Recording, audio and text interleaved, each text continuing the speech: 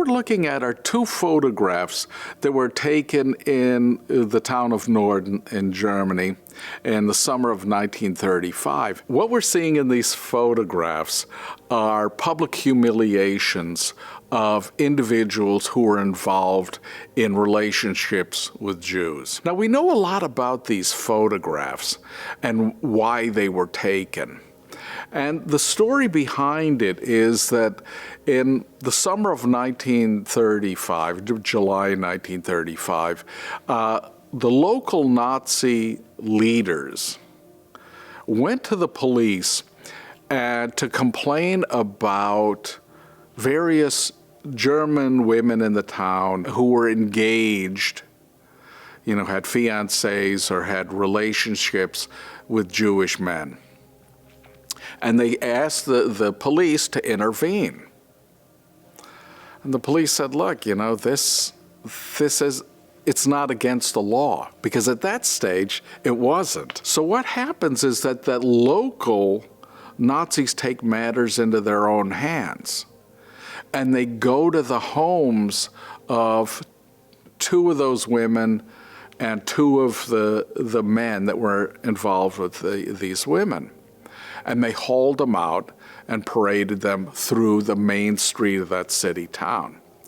Now, one of the Nazi leaders in that town was also a photographer.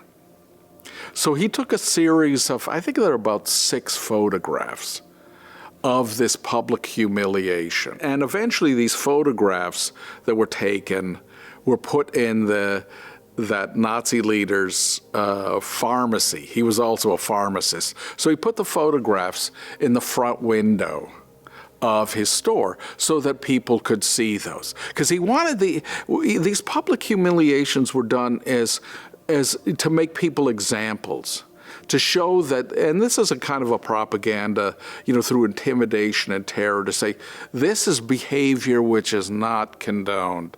This is behavior that should be prohibited. These women were dragged through the city town. The Nazi stormtroopers who were there, of course, were, ridiculing them, humiliating them, and encouraging German bystanders to do the same thing. And so they were forced to wear these signs, that indicated they were engaged, they were having a relationship, etc. In one case, they found the Jewish man and the German woman he was engaged to in separate homes, and they brought them together. And the Jewish man eventually was forced to emigrate. The German women in both cases lost their jobs and were sent to concentration camps for a period of months or a year or so, and then were released. But they came back, they had no jobs.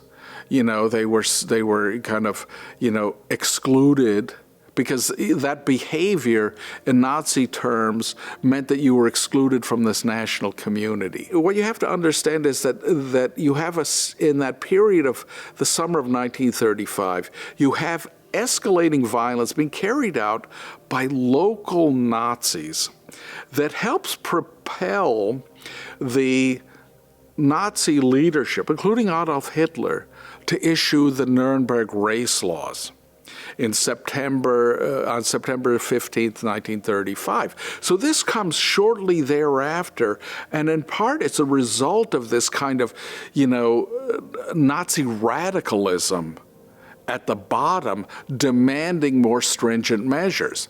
So that you have, the Nuremberg race laws not only issues this citizenship law and a flag law that prohibits Jews from flying the swastika or the German flag, but you also have a law that states that Germans and Jews cannot marry, or they cannot engage.